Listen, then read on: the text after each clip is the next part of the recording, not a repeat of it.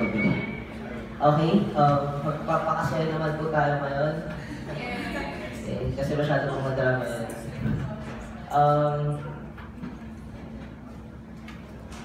Sino po dito yung may kaibigan na tayo sana kasi hindi pwede?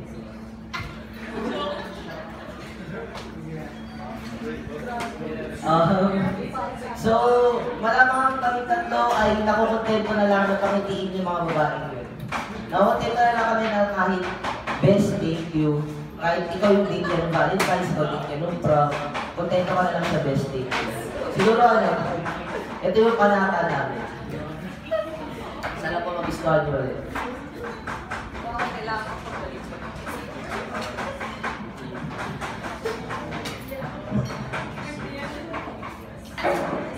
Best.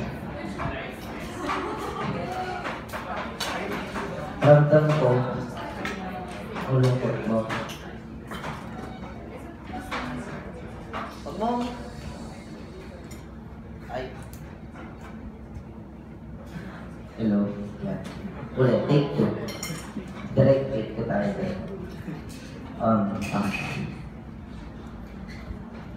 Best. Ramdam ko yung lungkot mo. Huwag mo kang itian dyan na bibiro. Ramdam ko na siya pa rin yung laman ng puso mo. Pero hindi ko maintindihan na siya pa rin yung laman ng puso mo kahit binurong na ito. Ang gulo mo. Pero sige, labas tayo.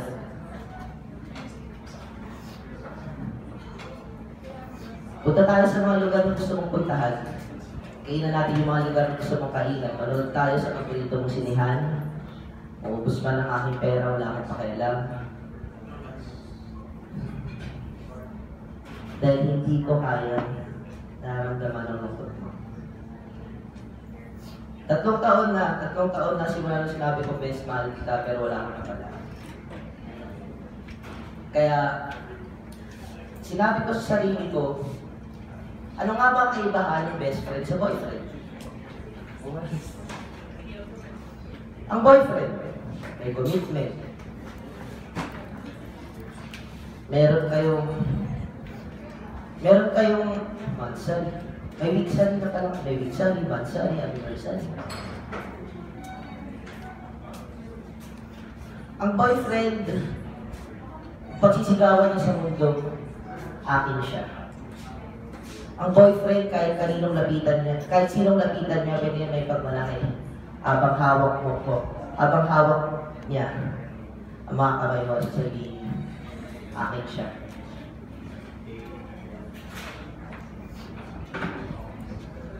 Sa pananaw ko, yun lang naman talaga ang advantage ng magiging boyfriend.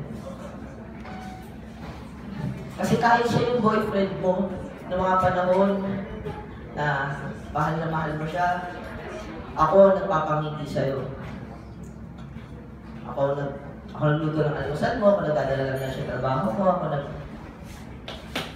tuwing dinner, sabay tayo kumakain sa labas. Sa mga ganitong okasyon, sabay tayo lumalabas. Bakit? Kasi, kampante yung boyfriend ko, nasa kanya na. Yun lang yung talo ko. Diba? Ang talo ko kasi, sa akin ka masaya, pero sa kanya ka umuwi. Ako nakapagpangiti sa'yo, pero siya kasama mo sa gabi. Ang weird. Hindi ko maintindihan. Tapos ngayon, nalapit ka sa akin, sabihin ko, bes, wala na. Tapos na ako iniwan. Tara, labas tayo, kahit sa labas.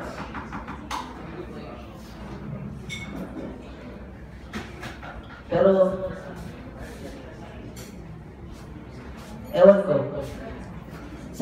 nakikinig ka, kahit paikot-ikot na itong story na to, pero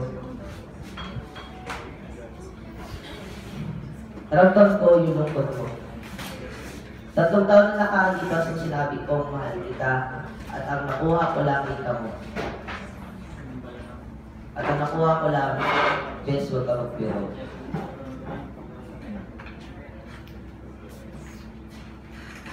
Umiti ako. Sabi ko, sorry.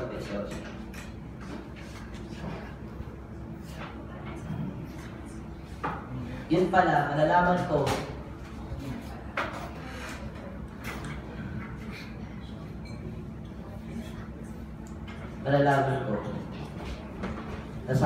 nasak na.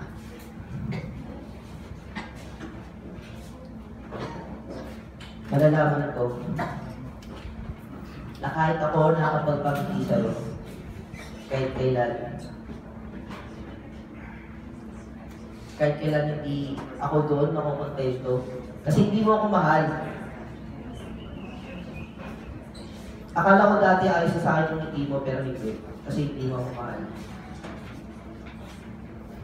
Pasensya na, kung mahaba itong tula para sa'yo. Alam ko, nakikinig ka. Pero, sa uling beses, sana mapangiti ka. Dahil ramdam ko ang lungkot mo.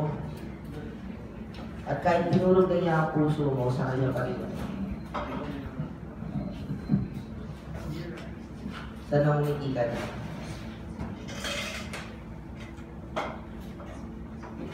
Tapos iwan mo na ako. Yan lang po, salamat.